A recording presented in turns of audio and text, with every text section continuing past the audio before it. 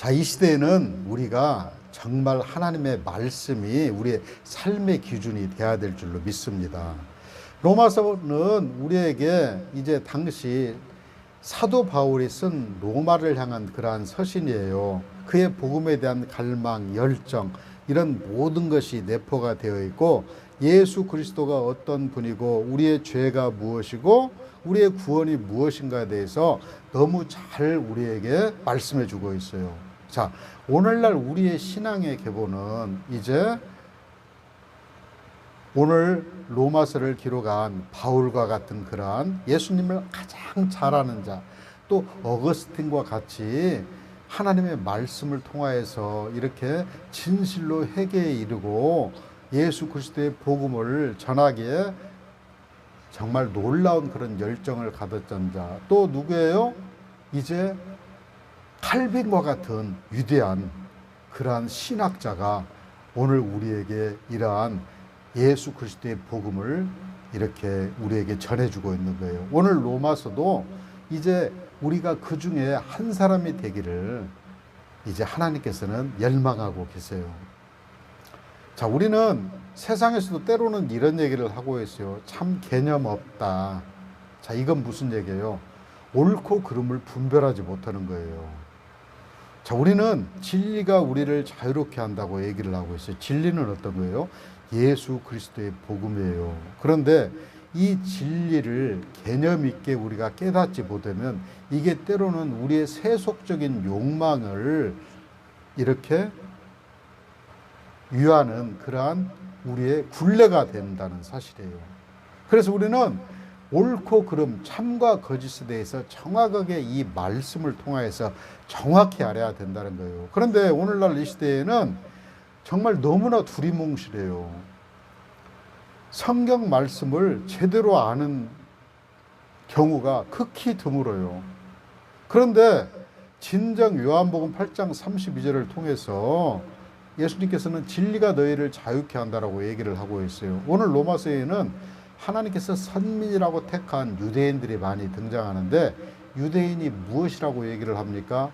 예수님께서 그렇게 얘기를 하시니까 진리가 너희를 자유롭게 해. 유대인들은 스스로 자기를 선민이라고 해요. 선민은 뭐예요? 택한 백성이에요. 그러면은 어느 정도의 특권이 있는 거예요. 하나님께서는 그들에게 율법을 허락하시고 아브라함을 통하여서 언약 백성을 허락하셨어요. 그러면 내가 선민으로 택함 받은 그런 특권을 누릴 것이 아니고 거기에 대한 책임도 있어야 되거든요. 그런데 이들은 자기들의 책임을 망각했다라는 사실이에요. 오늘 로마서 말씀은 당시 바울이 로마인에게 주는 교훈뿐만이 아니고 이 시대에 우리에게도 주는 똑같은 교훈이에요. 이 시대 우리에게, 이 시대의 교회에게 주는 메시지하고 똑같아요. 진리는 변하지 않아요.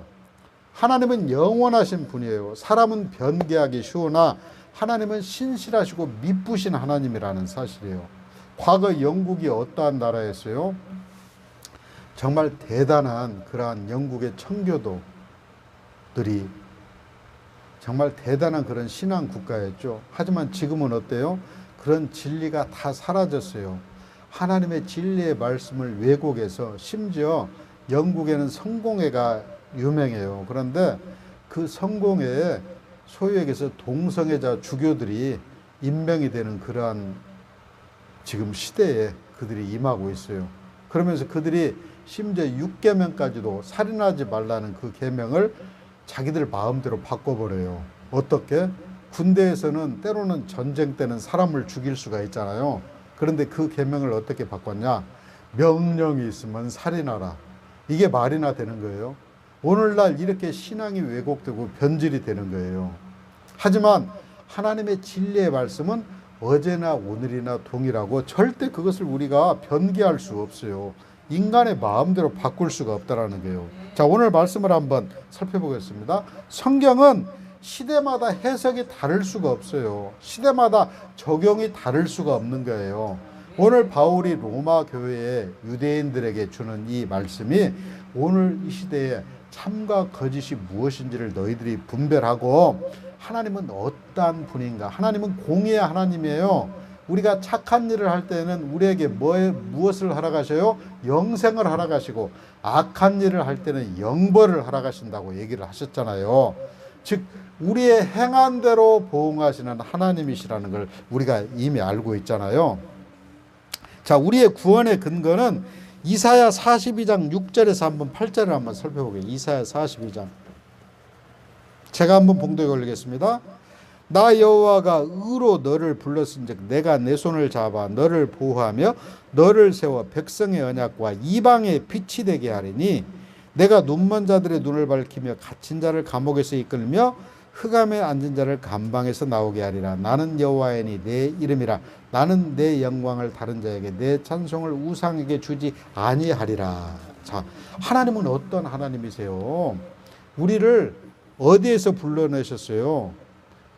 이제 우리를 이방에 빛되게 하셨어요. 이방에 빛되게. 오늘 유대인들에게 하시는 이 말씀이 오늘 우리에게 똑같이 말씀을 하고 계시고, 우리를 부르신 목적은 이방에 빛이 되게 하셔요. 즉 마태복음에 보면 우리가 빛과 소금이 되라고 얘기를 하고 있죠. 우리는 구별된 백성으로서 빛과 같은 존재가 돼야 돼요. 주님은 빛으로 오셨지 않습니까? 우리는 소금이 그 맛을 잃어버리면 아무 쓸모가 없어서 밖에 버려진다고 얘기를 하고 있어요. 우리는 소금과 같이 짠맛을 내는 사람이 돼야 됩니다. 오늘 보니까 이제 3장 1절에 보니까 그런즉 유대인의 나음이 무엇이며 할례의 유익이 무엇이냐. 즉 바울이 지금 이렇게 질문을 하고 있어요. 당시 로마 시대에는 소크라테스의 문답법이 유행을 했거든요. 서로 주고받는 그러한 문답식 대화예요. 지금 야, 그럼 너희들 제대로 너희들이 하나님 앞에서 행동하지 않으면, 믿음 없으면 너희는 아무 필요가 없어. 우리가 지난 시간에 살펴봤잖아요. 할례 받지 않는 무할례자가 하나님의 말씀을 지키면 할례 받는 너희의 유익이 무엇이냐라고 얘기를 하고 있잖아요. 오늘 그 말씀이에요. 즉 유대인들은 선민으로서 특권의식은 가지고 있지만 책임의식이 부재예요. 부재. 책임의식이 없어. 내가 하나님 앞에서 어떻게 행동할 것인가, 행위할 것인가를. 2절에 보니까 범사에 많대요. 유대인의 특권이. 우선은 그들이 하나님의 말씀을 맡았대요. 하나님께서 그들에게 율법을 허락하셨잖아요. 그 율법대로 순종하게 하고 그 율법을 지키고 가르치게 하라고 했어요. 그의 후손들에게. 신명기 8장 3절에서 4절을 한번 살펴볼게요. 이제 광야 이스라엘 백성들에게 하나님께서는, 출애굽한 이스라엘 백성들에게 3장 4절에 보니까, 8장 3절 4절에 보니까 너를 낮추시며 너를 줄이게 하시며 또 너도 알지 못하며 내 조상들도 알지 못하는 만나를 내게 먹이신 것은 사람이 떡으로만 사는 것이 아니요 여호와의 입에서 나오는 모든 말씀으로 사는 줄을 내가 알게 하려 하심이니라. 이 40년 동안 내 의복이 헤어지지 아니하였고 내 발이 부러뜨지 아니하였더라. 자, 오늘 또 우리가 하나님 앞에 봉헌을 하였어요. 자, 그 봉헌의 기준이 뭐예요? 우리가 세상에서 아무리 열심히 일해도 광야 이스라엘 백성들이 이제 어떻습니까?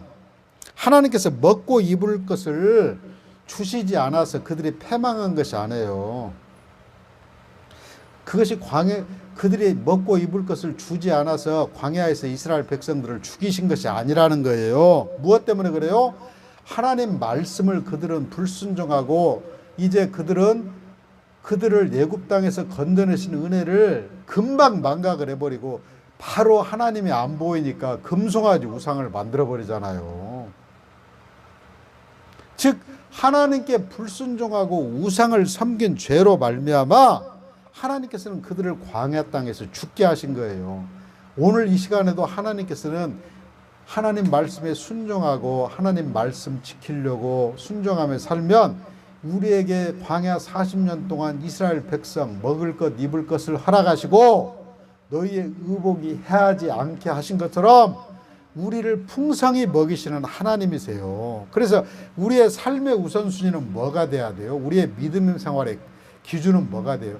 말씀이 근거가 돼야 돼요. 우리는 영적인 말씀을 먼저 풍성히 먹는 자가 되어야 된다는 사실이에요. 하나님은 어떤 하나님이에요? 광야 이스라엘 백성을 출애굽시키고 인도하시는 그때 하나님이나 지금 하나님이나 똑같아요. 우리는 거짓돼요. 그래서 시시때때로 우리의 상황대로 모든 것을 바꿔요. 하지만 하나님은 언제나 신실하신 분이시라는 거예요. 우리의 거짓 때문에 우리가 비참한 삶을 산다고 오늘 우리에게 말씀을 하고 계세요. 그리스도인에게 최고의 특권이 무슨 특권이에요? 하나님께서 우리에게 말씀을 주셨잖아요. 그 말씀이 우리의 지침이 되고 우리의 삶이 되고 우리의 나침반이 돼야 돼요. 매일매일 우리가 어떻게 살아갈 것인가. 또 그게 오늘 유대인들에게 율법을 허락하신 하나님의 특권이자 우리의 특권이에요. 얼마나 우리가 하나님의 큰 특권을 우리가 가졌습니까?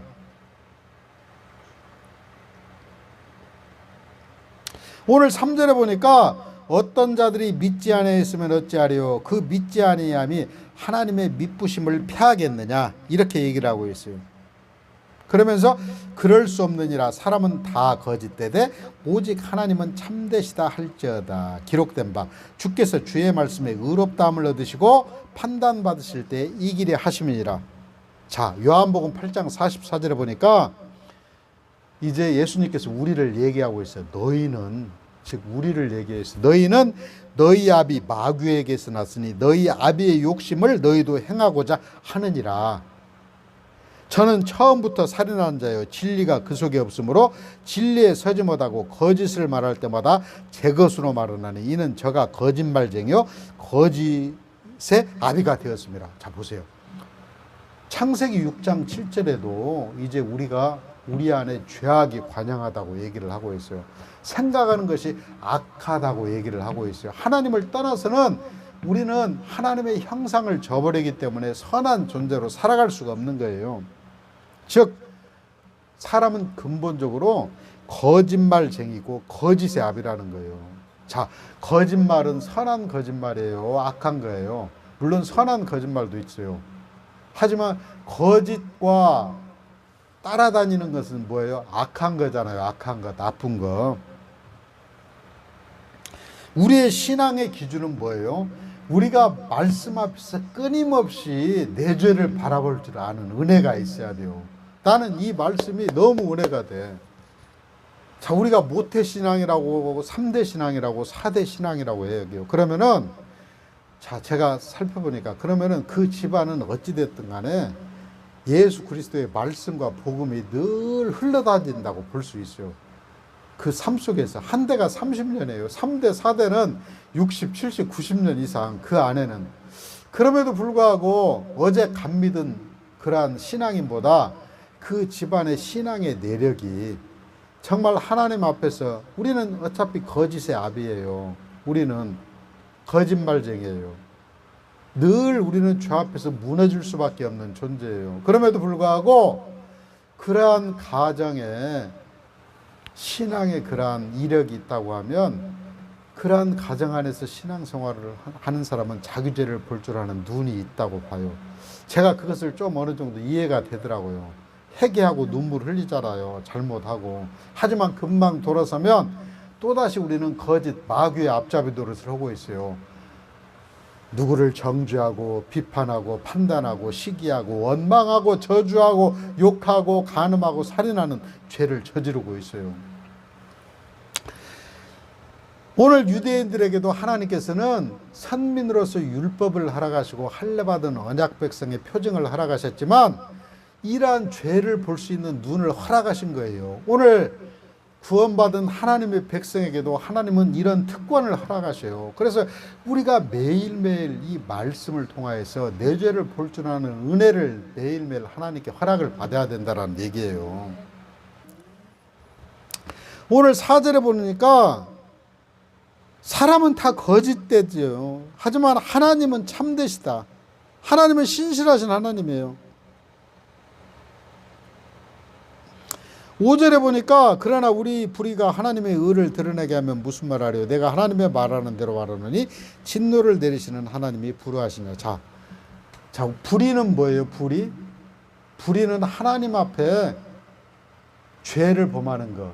불경건은 뭐예요? 사람 앞에, 로마서 앞에 1장에서 나와 있죠. 자, 내 죄가 크면 클수록 회개함으로 말미암아 하나님의 은혜는 더 커요, 깊어요.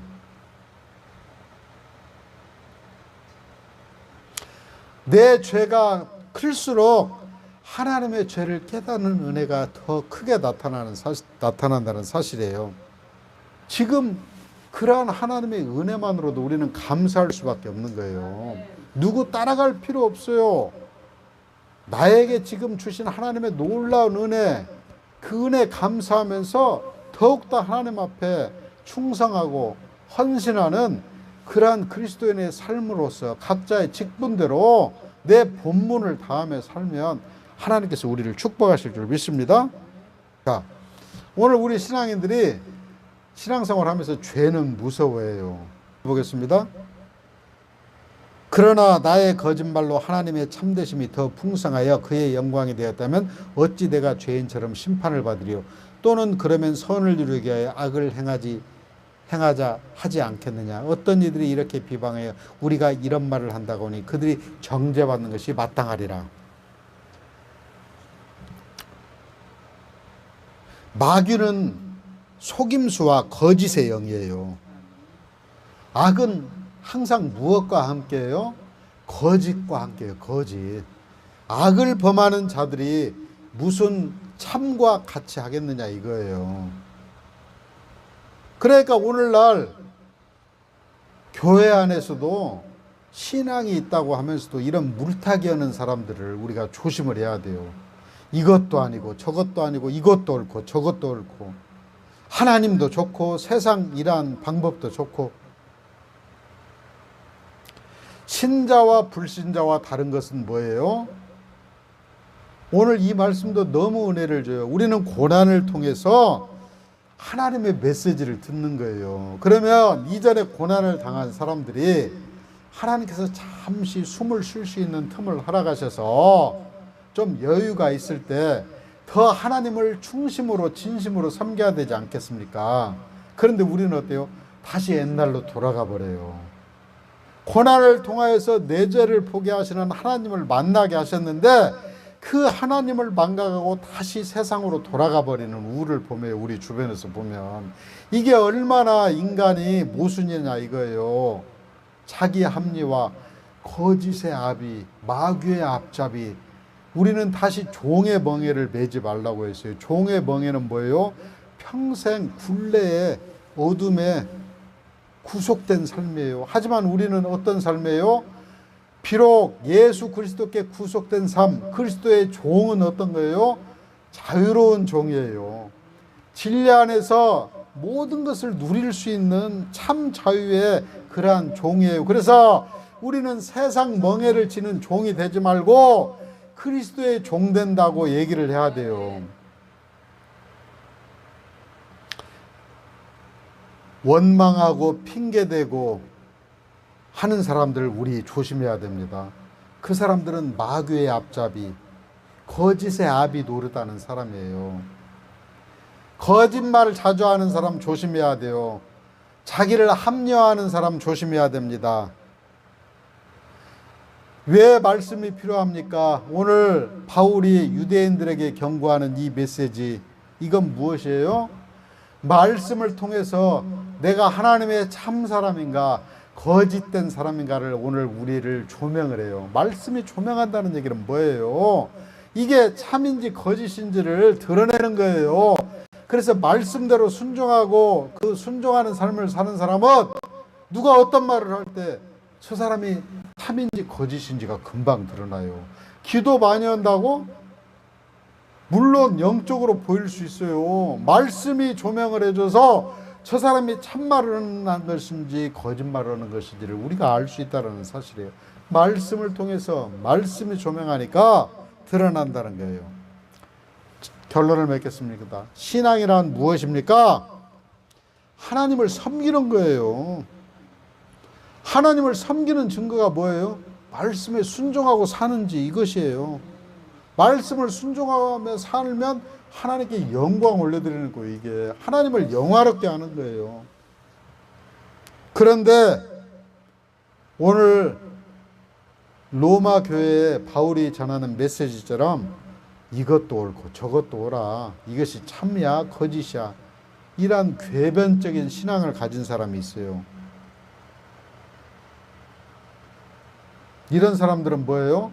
자기 생각과 자기 판단과 자기 이성이 주체가 되어서 하나님을 판단해요. 말씀을 판단해요. 자, 오늘 이 시대에 오늘 바울이 주는 이 로마서 3장, 이 로마서가 초반부가 굉장히 어려워요.